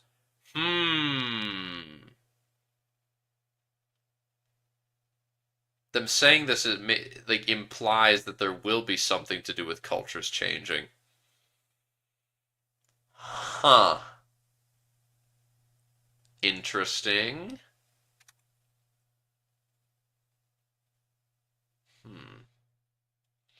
It would be very interesting if there would be a way that you could change your culture into Russian culture, for example. Finland's not colonized at game start, yes. Is that correct? And if yes, are there some sorts of events for its colonization? Most of it is not colonized yet, correct, and it will be possible to do it through mechanics, of which we'll talk more about in the future. Okay. Some kind of cult in this region mandating that all towns and villages end up having their population always end in 33. Oh. Cult of early development stage. Yes.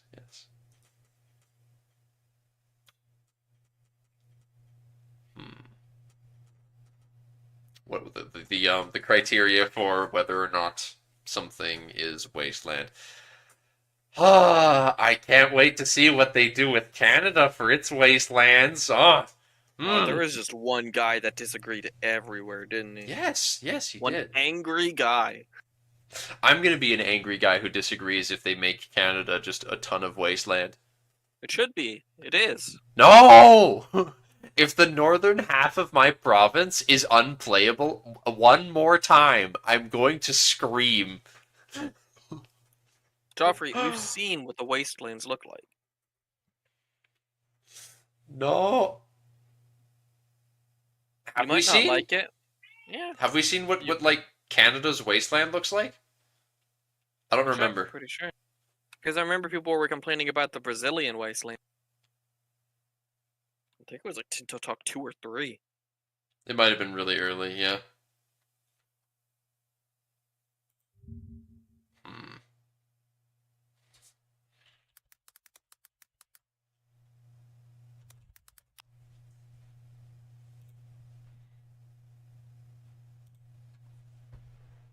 Yeah, looks like it was Tinto Talks 2, where we saw a big map of the world. Yeah. Holy shit, they did Manitoba dirty. God damn. I mean, they deserve it. I don't like them. But... And look at Holy. That is tragic. Holy. Look at that. Northern Canada's a maze.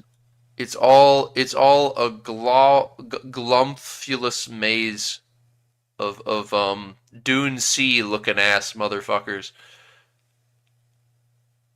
And while Alberta is the best off of the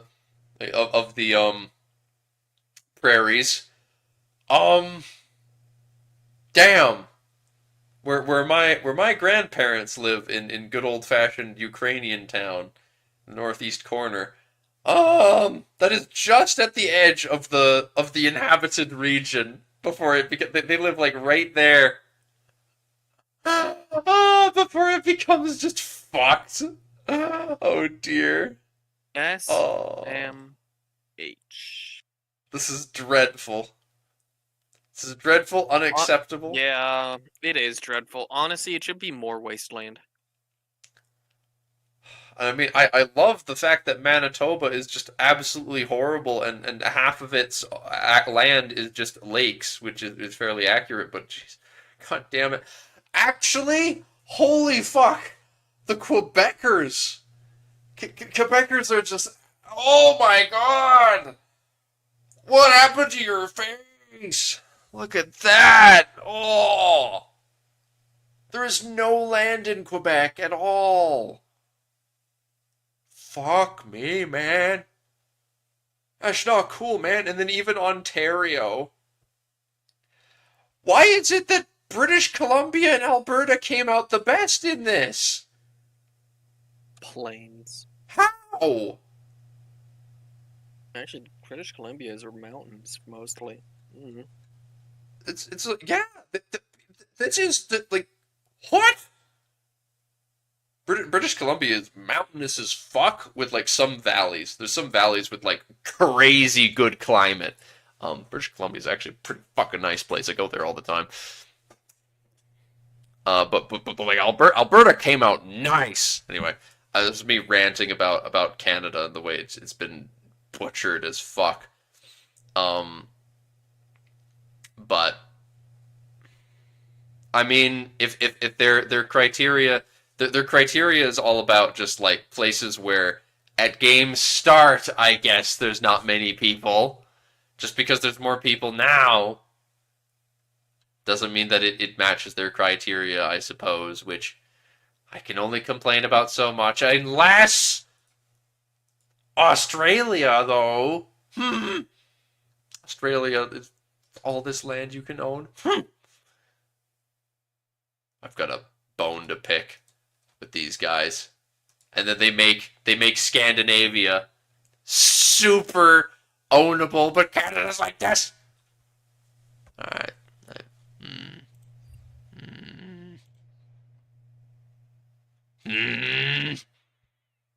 Angry boy. Yes. The Canada I always desired. Indeed. I'm gonna scream. Yeah, Canada is equivalent to the goddamn Sahara in this.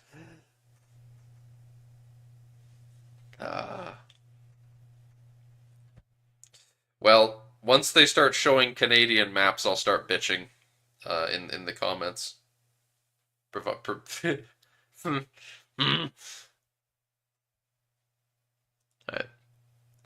Very little population, plus it's impossible to move an army through here.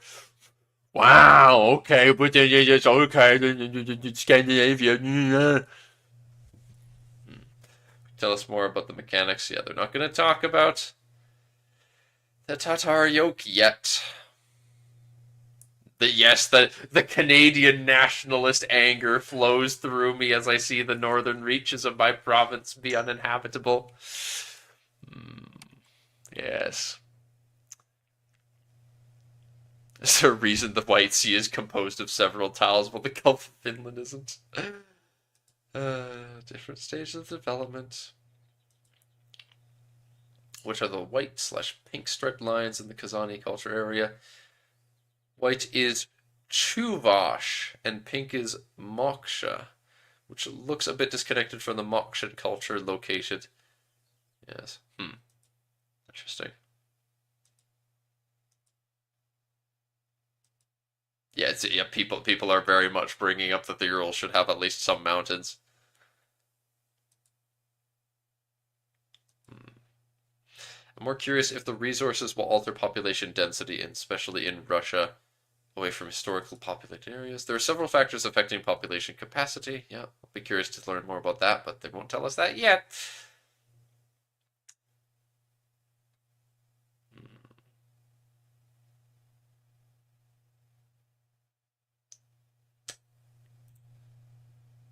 There really is someone that's negatively reacting to every single thing that they say. We need to add Nizhny Novgorod and Kostroma to it as it's being ruled by them. Yeah. Oh, okay, so they will add the PUs to it. That makes sense. What are the Arctic and continental running across the map multiple times? This is one just word. It is possible for Finland to become an independent country. How, though? What do you mean how? When it's got that few pops, how does that happen? Because of the part that Sweden owns that actually has some pop. I guess?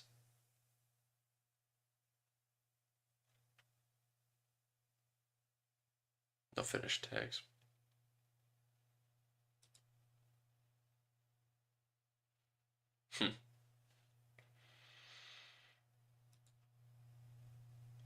Shades of blue.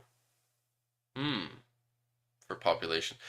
St. Dave is already aware of different possible combinations for the population map mode. Maps. Yeah. It's good. He's cooking. He's cooking something. You go, St. Dave. Keep cooking. I want to see him come up with some. I love the idea of having the population map mode have a different density, different vibrance of a color.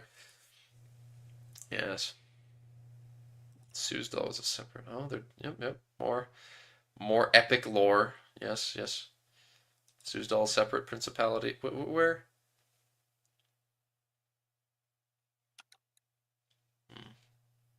I don't understand enough to comment on this.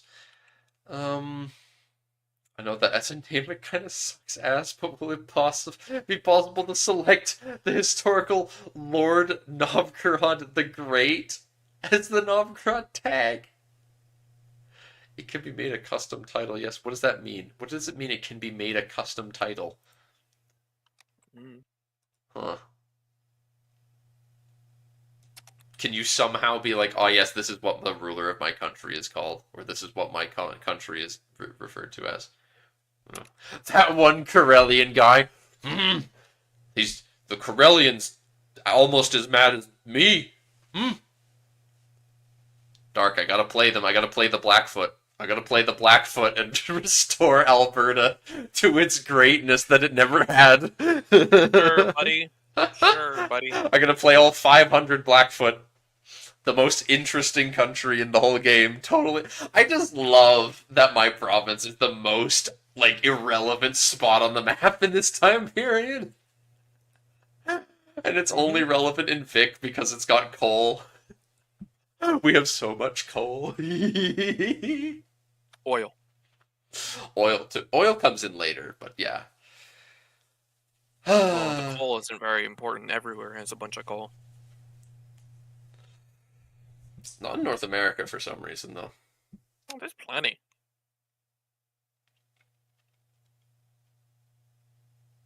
I can tell you there is more than enough. There are no Canadian nationalists, only poor souls trapped there. No, no, you can't. The Stockholm syndrome is working so well. Yeah, Montana is right next door, and it has more coal. Bring up the map. Bring up the map. Show me the map. I don't believe you.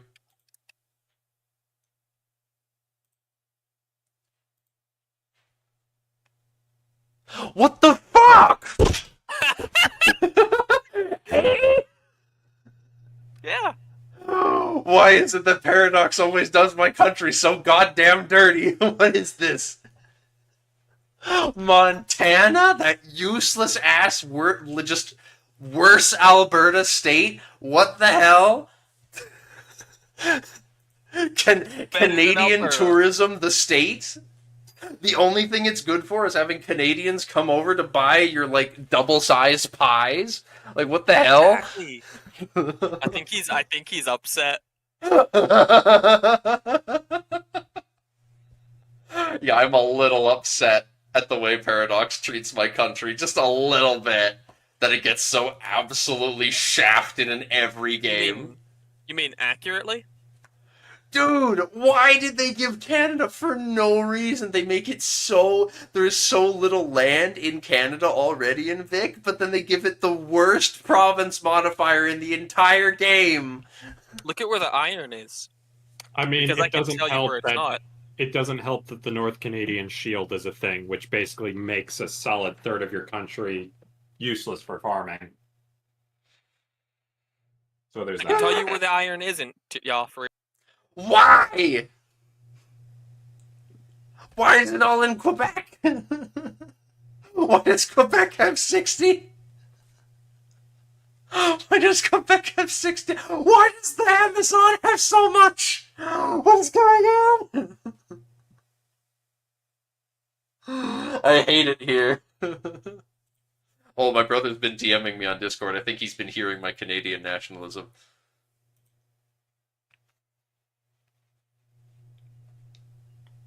Yeah, so you'd said that it was Alberta and Cascade and British Columbia that got off best in terms of available land and such, right?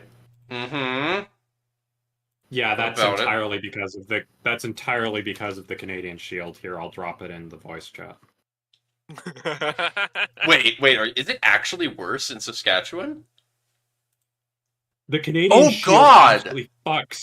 absolutely fucks any ability to do large scale agriculture in those regions. No wonder Manitoba's so ass. Manitoba. If you go to Manitoba, which is everyone forgets it exists. Manitoba is just the worst prairie province.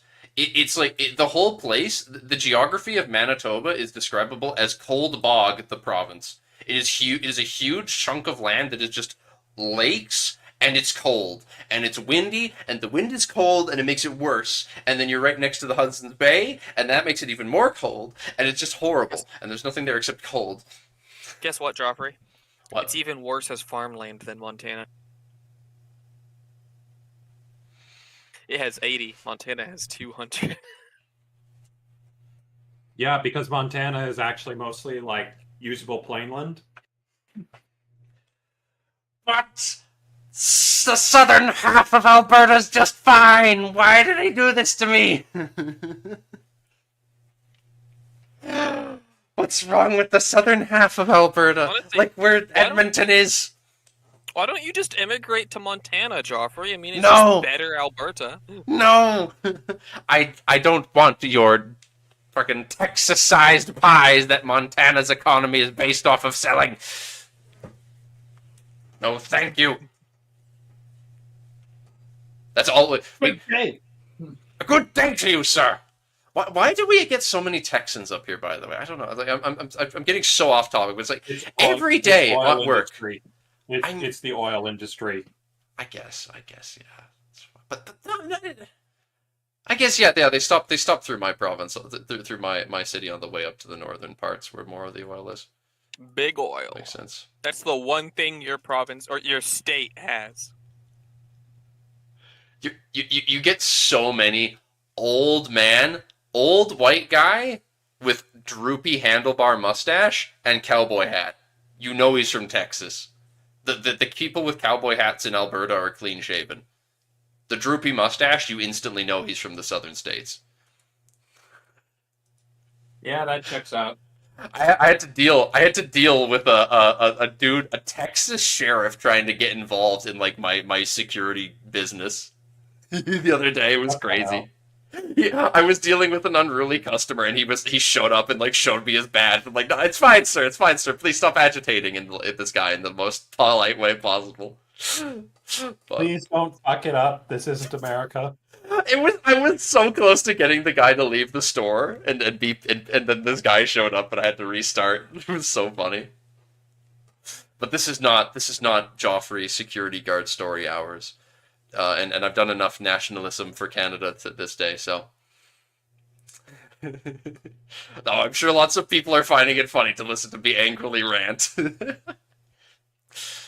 Hey, when Dark and I make our own mod, I can assure that the northern part of the map is suitably playable. But then again, it won't be Canada, so I won't care as much. So, it's that. No! Deep Montana W, deep Alberta L, and might be devious and make Canada Dutch. No! Canada, no! I've got the katana out. Just wait. Just you wait. See, there's lots of people commenting on the Volga being a wasteland river.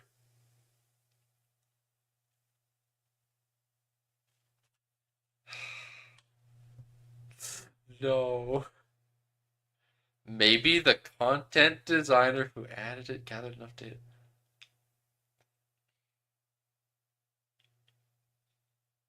So there's supposed to be a lot more More Russian states, I guess. Interesting. Well, we'll see if they add more. The colony of New Frisia? Oh, no. Huh. Plans for future effects. Technical reasons. Johan will have some time to explain stuff. Given the size of this region, we have a map of the provinces grouped into areas. Interesting. What a whack region map this is. Or area map, I suppose. Because I'm pretty sure every time I see the area map mode, I ask this, and every time it's the same answer. But it's like, yeah, areas are the thing, because you can take areas in a piece. It's like locations and areas are what you can take in a piece deal. You can sort by, be like, you know, take the area of Moscow, for example, which is interesting that it's called Moscow area. And then you got White Ruthenia sticking up. Oh, that's funny. Just a Minsk.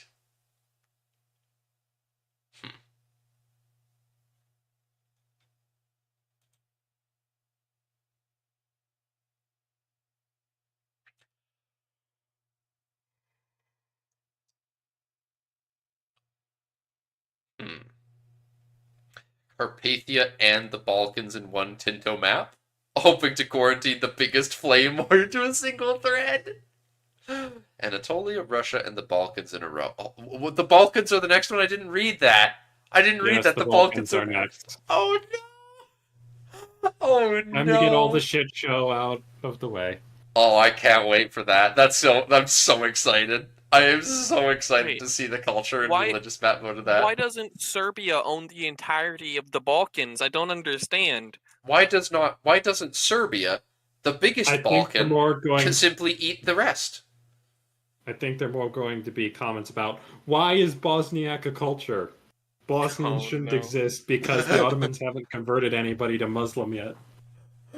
People when there's not Muslims in like which one is it? Albania. People when Albania doesn't have any Muslims in it yet.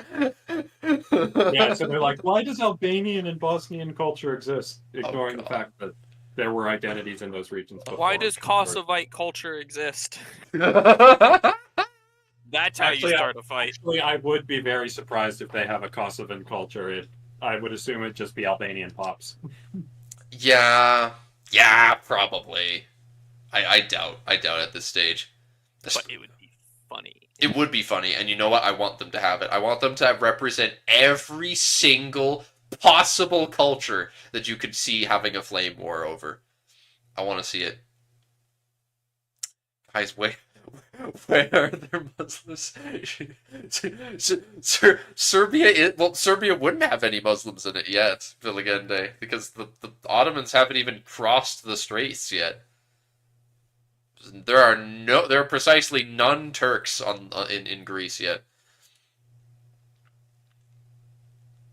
If there is a single Turkish pop in west of the Bosphorus, I will be surprised, and I will owe you a cookie. You already owe us cookies. Your Discord server says you should have cookies, but we don't have any cookies. You shut up! Shut up! You gay! No! He just keeps giving us IOUs. Yes. One day that will come due. I want my fucking I want my cookie, Joffrey. Vector and it better not be oatmeal raisin, or else. Vector lives uncomfortably close. He might just come demanding them. I'll have to make an emergency stop by Costco. Carl, just take a quick stroll over to your house to demand his cookie. Yeah, he's just down the street.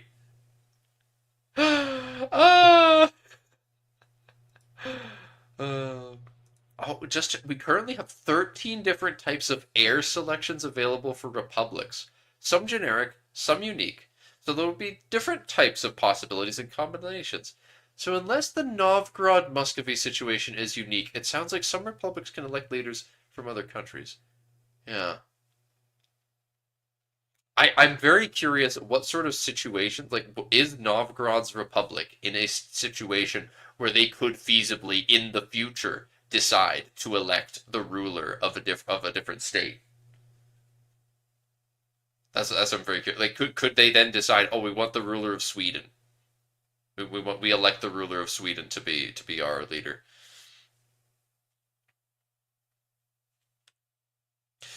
There might be, but it wouldn't be. But it would be a minority. The Ottomans didn't start inviting minor tribes. I mean, the Ottomans haven't even crossed over. They're still one of the feuding bilics. So the fact that there's so many Greeks still in Anatolia. Oh yeah, where were you exactly? You weren't around.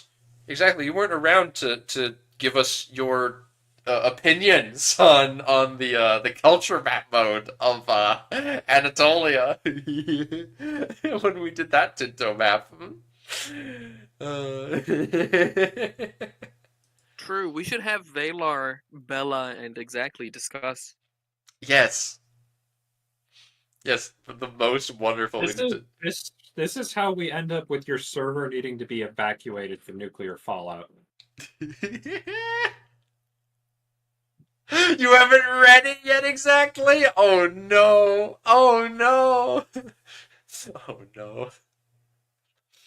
You see exactly they actually stream. You see exactly they actually made the Greeks and Turks into a single culture. No. Just let him find out. Let him find out. Do not do shenanigans and lie, Dark. I only tell the truth. That in itself could be a lie, so. I like how you describe it as shenanigans and lie. They're separate things. I am an honorable, trustworthy person. Is this a one-off situation with the way things are at GameStar? Or is it normal gameplay for republics or at least certain types of public? It will be possible for republics such as Novgorod to elect their leaders from other countries, yes. Also, for some elective monarchies, it has happened historically. So you could see an elective monarchy just temporarily go into a personal union with a different country. Mm-hmm. Because personal unions are a more equitable thing now. Yeah. At least to begin with. Very interesting. See, what if you somehow, as Novgorod, so you're Novgorod, and you're in a personal union with Muscovy. What if you somehow just keep getting the ruler of Muscovy elected and try to consolidate your control over that personal union? Mind you, you're not the strongest member of it. Muscovy's definitely stronger, but I wonder if there's a way you could do that.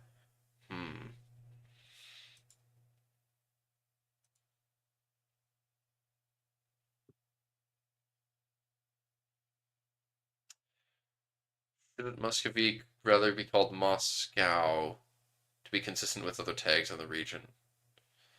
It's a conversion, one of two possible ways of naming the country. By the way, although it's not displayed in the map, the full dynamic country name is the Grand Principality of Muscovy. Not surprising. We're open to feedback. The community thinks that Moscow is more appropriate as the English form than Muscovy. Okay. They better not call it Moscow. That's just going to annoy me after so many years of knowing it as Muscovy. Yes. It would annoy me too.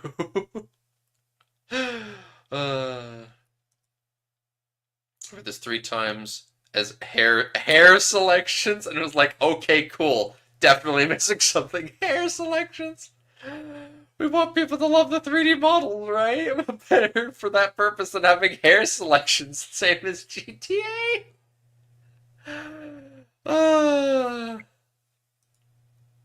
No negative response on this comment related to 3D models. Zoomed in location map. I don't care about that. The location says Moscow. The location says Moscow, Vector. Yeah, but you don't need to call the state after the city. Well, you know what they say. Win in Rome. Galicia Volhynia is part of the Tatar... It's a tributary of the Golden Horde, but it's not part of the Tatar yoke. Okay. Interesting. In Tinto maps about Poland, you showed that the Poland dynasty... Just randomized, yeah. Cossack culture be implemented. Didn't think about the idea of Cossacks being a separate culture. They were I Sumerians always, and Ruthenians. in my mind, Cossacks would make more sense as an estate than as a separate culture. They're just a type of Ruthenian. Mhm. I definitely want the culture, the If I Cossacks if to I be if portrayed I so. cannot utterly destroy the Turks with my insult as a Cossack, the game is not realistic. When is the ambassador of somewhere? Where there's a meme there, like a real life joke about when the ambassador of some place is coming. I don't remember. It's an obscure one. You very much dislike that there's already a unified. Oh my god, he's already talking about it. He hates the fact that there's Ignore a unified it. Turkish Ignore it. culture. Ignore it. Stay on topic. Have an international organization with specific features. The leader's nickname Moneybag. Yeah. Difference between ice-free and non-ice-free ports. Ah, we'll talk about ice-free ports later. Ooh.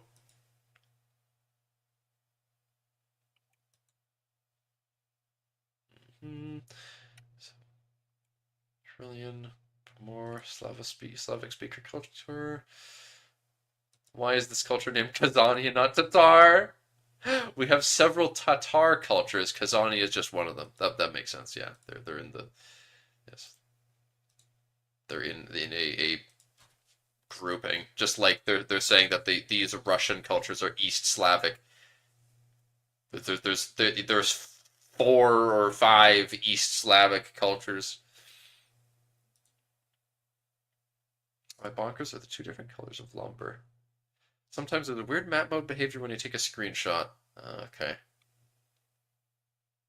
Because of the country they're selecting, yeah. Kind of hard to represent them, not too much information. Colonization where there are no uncolonized provinces. Oh god, no, no, no, no. No, no, no, no, no, not decentralized nations. Not decentralized nations. No, no, please. That there are locations not under the control of a country at the start of the game doesn't mean that people don't live there. You might notice that those locations have their populations with their own cultures. We'll talk more about that in the future of how colonization works. Yeah. Thank goodness that there's no interest of theirs. They have no interest in making decentralized nations. Please no. Please no decentralized nations in EU5. Please no. I need to be able to play as a migratory tribe. If I can't play the Blackfoot and migrate up into the farthest corner of the ass end of the Yukon, I will die of death. Man just doesn't want to play the game. No, I don't. I hate playing the game.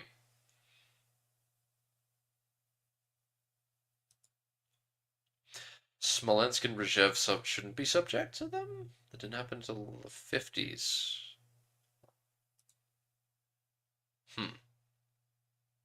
Well, sounds like there's a lot of feedback of various things that they might end up changing.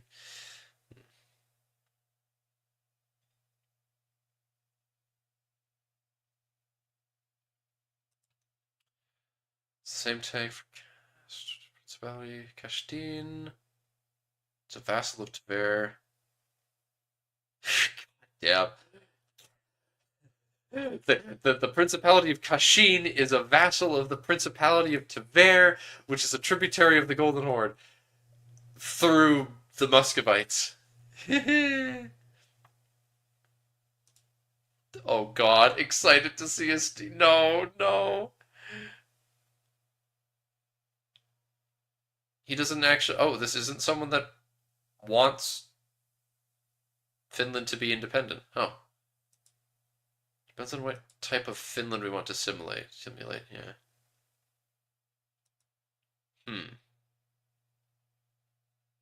Borders in uncolonized areas are rather hard to define currently in game, but it would really like to have historical borders happening organically there.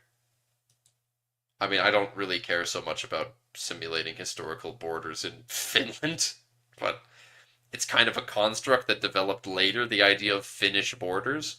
So I don't think it really matters, but okay.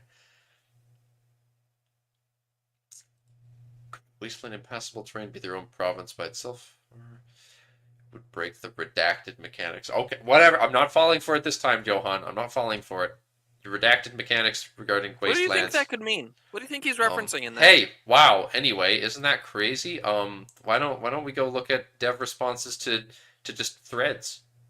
Whoa, Oh, crazy. I'm really curious what that redacted mechanic could Huh. possibly be. Anyway, whoa, that's pretty cool. India, most played nations, EU4.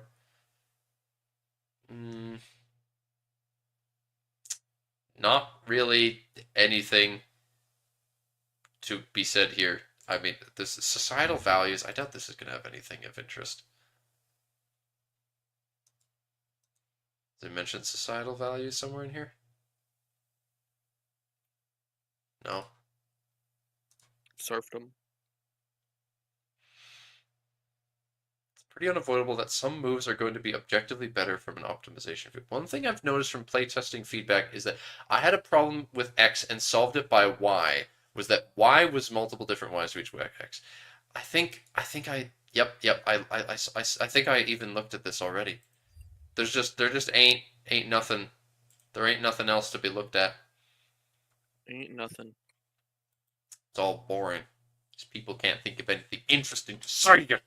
I want to read interesting stuff, comment on it, but we're out of interesting things right now, which is a good thing too, because it's been a lot. It's 2 hours now.